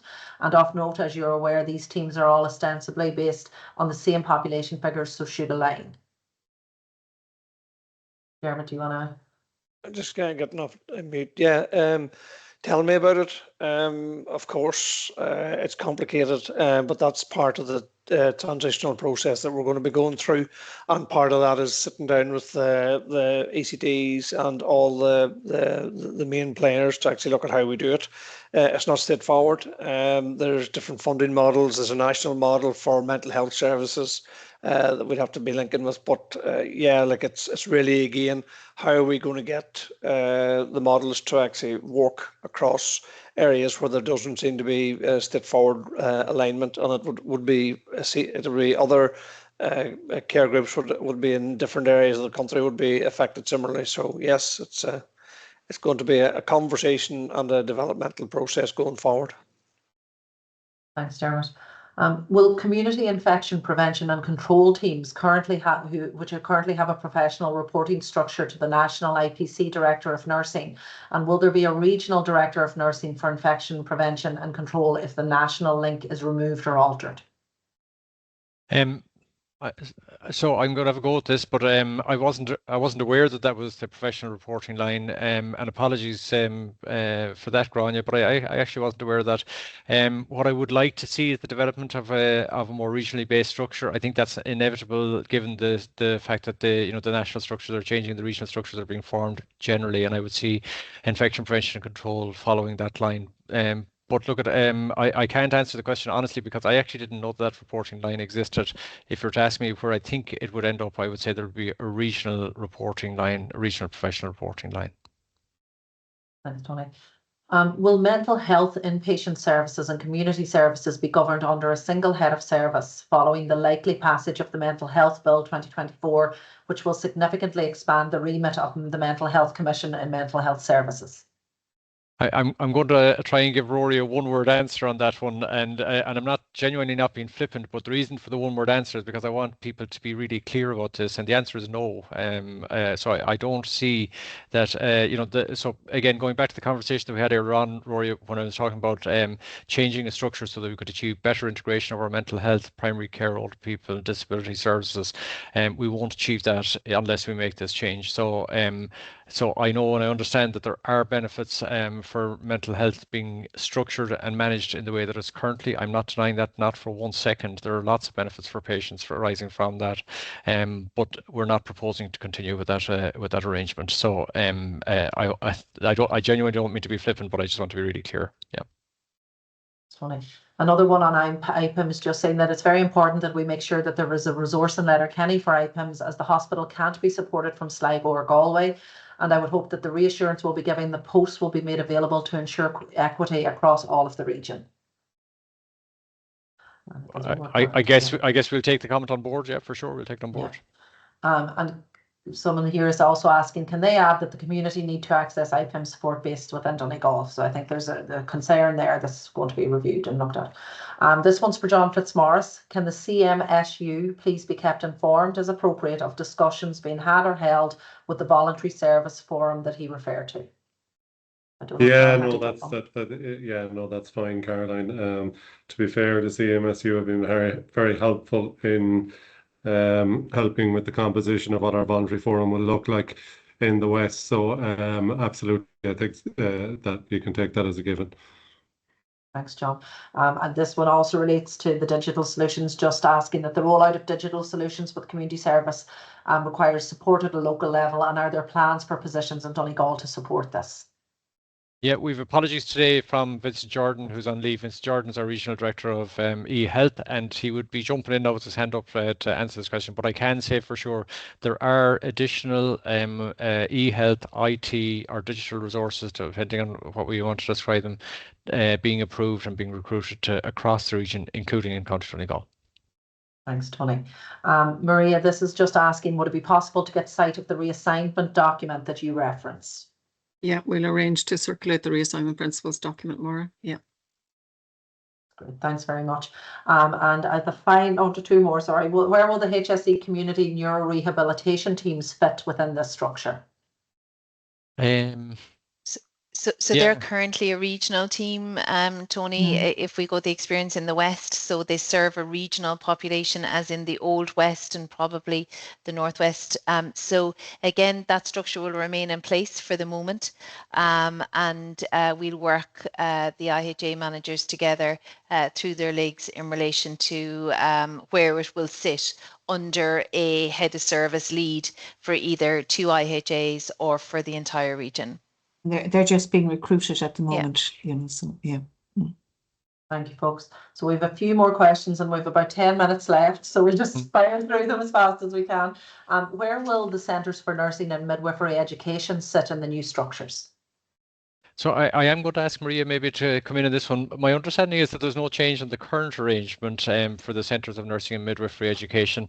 One of the things that I think we've really valued within the region at a number of different levels is the input and the involvement of the Centres of Nursing Education that are based here in the West and how they support activities within the hospitals, but also in the community across a whole range of services. You know, so wherever they sit, we want that to continue. We need it to continue. I don't know, Maria, is there anything that you're aware of? I'm not aware of any proposed change. Proposed changes, no, and it's exactly as you say, Tony, that we would continue to work at a local and a regional level more with them. Yeah. Yep. Thanks, folks. So what consideration is being given to supporting general practice nursing in the new structures?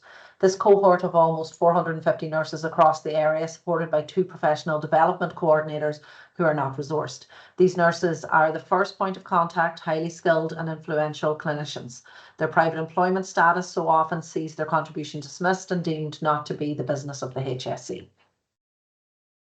So I'm genuinely inviting any of the IHA managers now that want to comment on this. Mary, you want to come in? Yeah. Yeah. So we do have practice nurse coordinators within the West, and I'm not 100% about Dermot and John, but I would imagine that they do.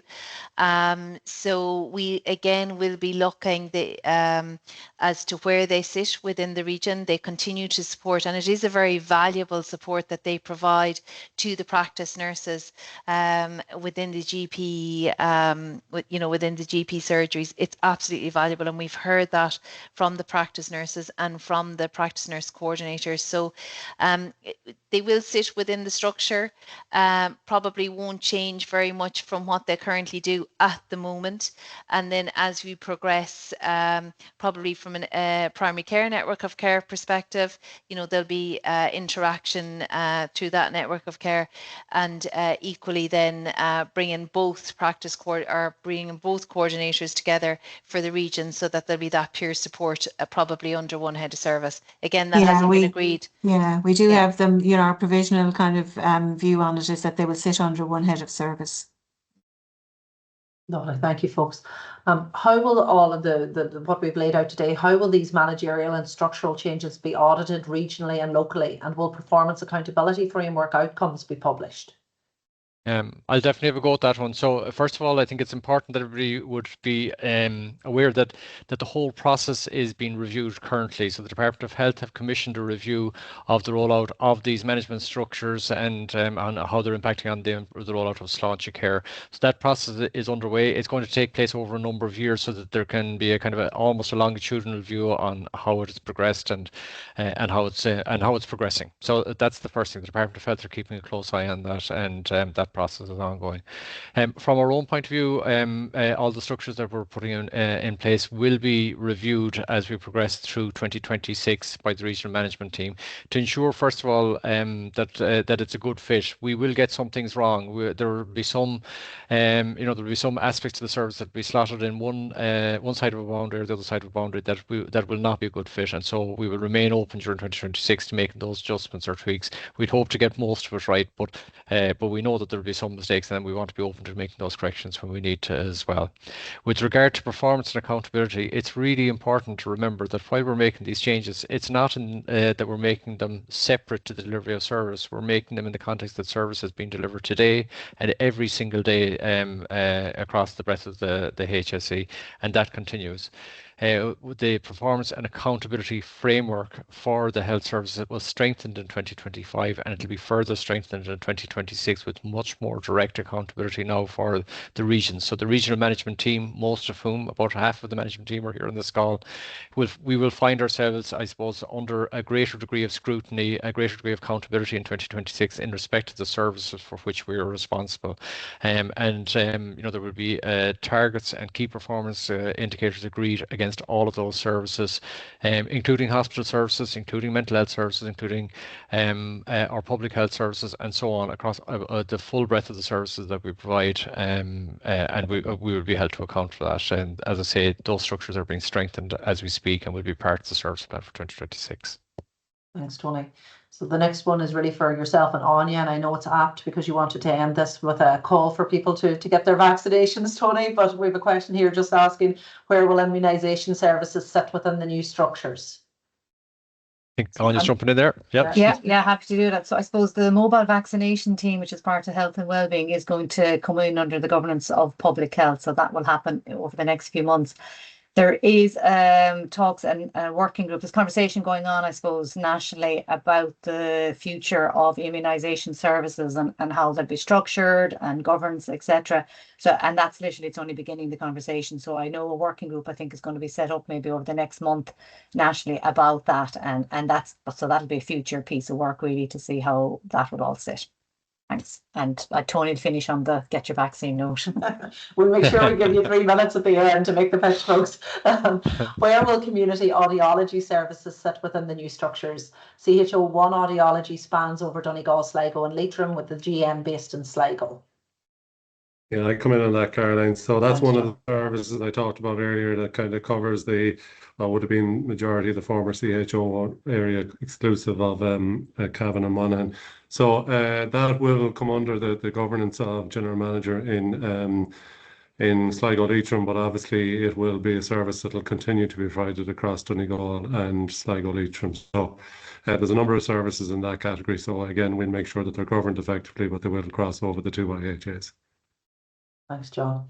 And the final question we have for this webinar is there a plan to consider the recommissioning of the decommissioned posts? Significant gaps in primary care community services exist, with huge wait lists in some area or services. Cross-covering and agency staff are keeping these services going, which is not sustainable. So I'm going to have a go at this one, and I'm going to ask Maria maybe to come in and maybe correct me when I get it wrong and support me as well in the deliver the answer. So Una, it's a tricky question for me to answer. Bear with me while I just work it through, and I'll explain why it's tricky. So first of all, when we talk about decommissioned posts, I think we're referring to the pay number strategy that was implemented with a key date of the 31st of December 2023 or the 1st of January 2024, depending on which way you look at it. And one of the key planks of that pay number strategy was that posts that were vacant prior to that date were lost to the system, and that was the line in the sand, and everything moved forward from there. So that was our baseline as we moved forward. Of course, the reality when you do that is that there may have been a post that was vacant for a relatively short period of time for one reason or another, and had been involved in the delivery of service, could have been delivery of services in community, and you're referring to delivery of primary care services in community, and was vital or very important to the delivery of that care. And I know that in some ways we've addressed some of those gaps, either by cross-covering as you described, or by the use of agency. And I also know, and I agree with you, that that isn't sustainable on a long-term basis.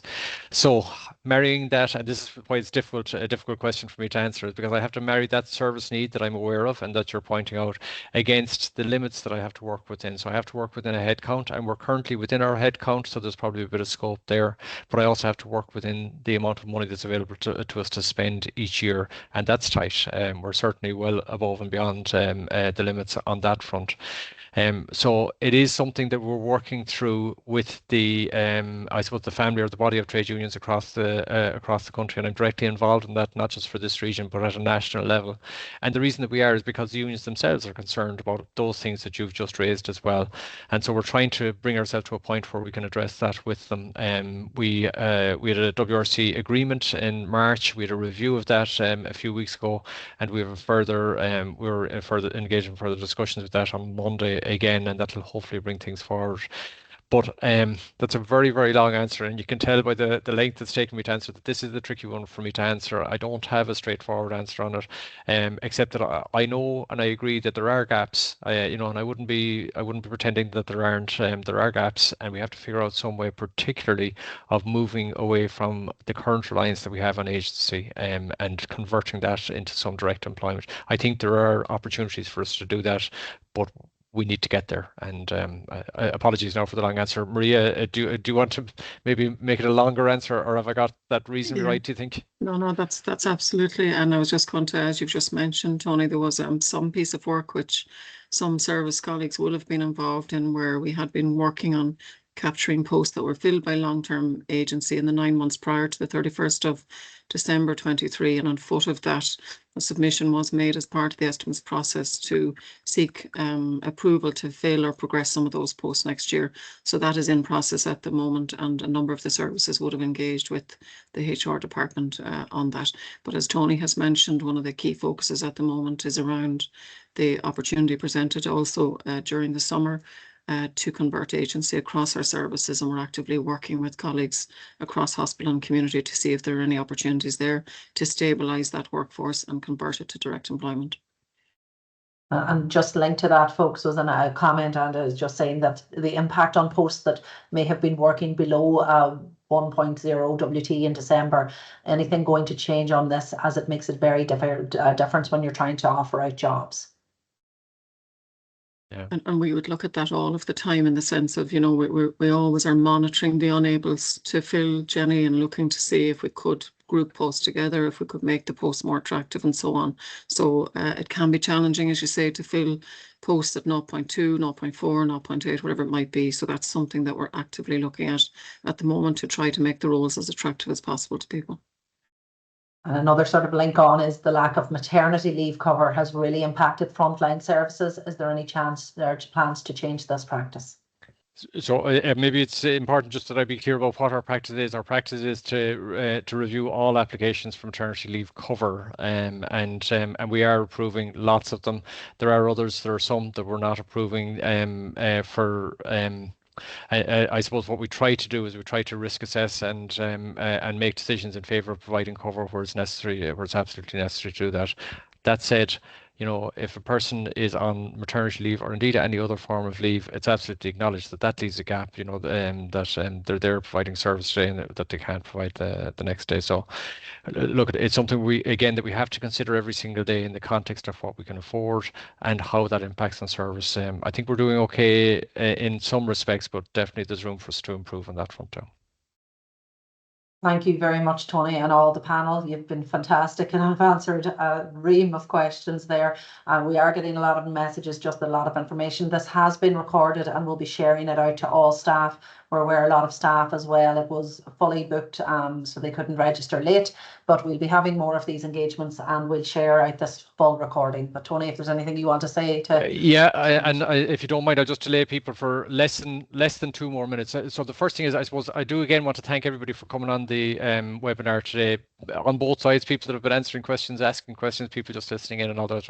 I appreciate the fact that so many people have given time to this and given consideration to what's going on here. The reason we do it is because I think it's important, and that's something that's worth going back to again. Why is this important? Why does it matter? It can't be that we're talking about changing the management structures just for the sake of change, or just for the sake of moving managers around in different locations. It has to be that it's about improving the way that we deliver care or the way that we deliver services, improving the quality of the services and the care that we provide. And I genuinely think that the regions and where we're at right now creates lots and lots of opportunities for us to do that. I think the challenge for all of us, and I mean that in the context of the nearly 1,000 people or the 1,000+ people, I think that were registered for this, and myself and everybody else on it, the challenge for us is to reach out and grab those opportunities with both hands. The worst thing in the world would be to be sitting back waiting for somebody else to realise the benefits for our patients and for our region and for our service users from this new structure, when the opportunity is there for ourselves to make it. So it's in that context that I am genuinely grateful for people to giving this the time and coming forward with the questions and all the rest of it that goes with it. We definitely would be hoping to do further webinars at a regional level, probably in March, but I think we're taking on board the need for other communications at IHA and more local levels as well, and all of that will be part of this mix as well. So we're looking forward to engaging with people further as we go along. Thanks very much, everybody.